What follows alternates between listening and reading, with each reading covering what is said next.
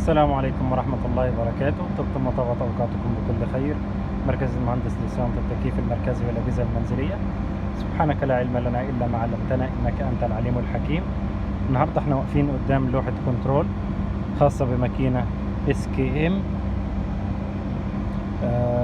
فيها عطل. طبعا أنا عرفته، ولكن حبيت إن أنا أشاركه معاكم بطريقته وبوضعه الحالي عشان بعد كده يسهل عليكم ان شاء الله تحديد اعطال في التكييف المركزي وبكل سهولة ان شاء الله. طبعا هنرفع المفتاح دلوقتي وهوريكم العطل، وبعد كده هنرجع تاني نشوف هنعمل فيه ايه.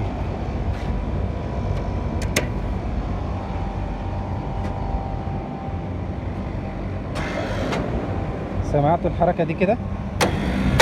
سمعتوا الحركة دي كده؟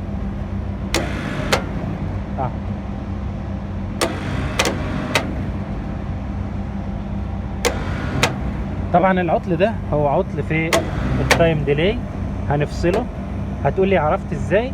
هقول لك انا لو وصلت السلكتين بتوع التايم ديلي زي كده هيشتغل معايا تمام. بصوا انا عامل ايه،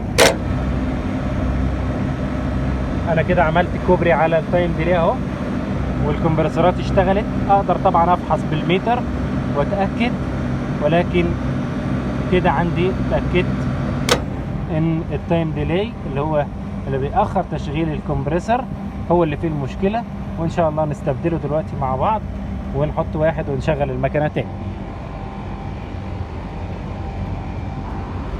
نطفي المفتاح تاني،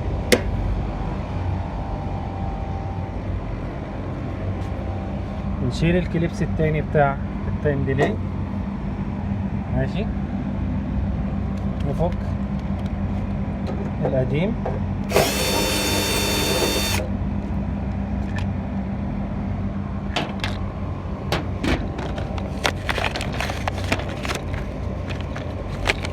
معانا الجديد اهو. طبعا بالنسبة معلومة للتايم ديلي، الناس اللي بتشتغل على كنترول 24 السلكة اللي في النص دي تفضل زي ما هي. لو الكنترول بتاعك هتوصله 220 من النقطة دي للنقطة دي، لازم تقطع الواير ده من النص وتفصلهم عن بعض. افتكروا الجملة دي كويس.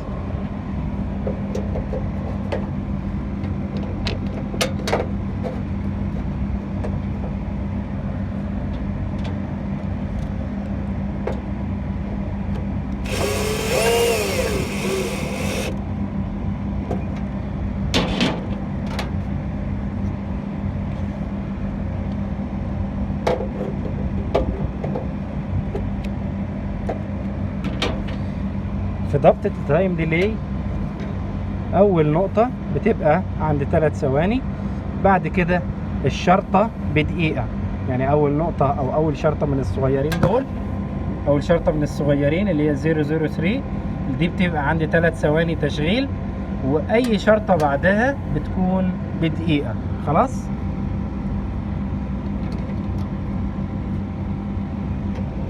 نوصل الكليبسات بتاعتنا تاني.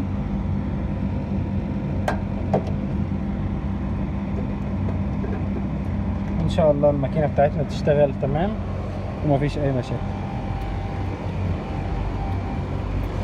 نرفع المفتاح تاني،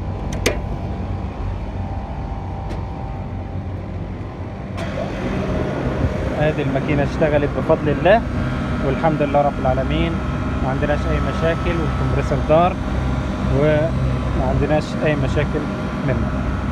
خلاص، يبقى كان عطل النهارده في الماكينه SKM ديت عطل التايم ديلي. تعرفوا ازاي؟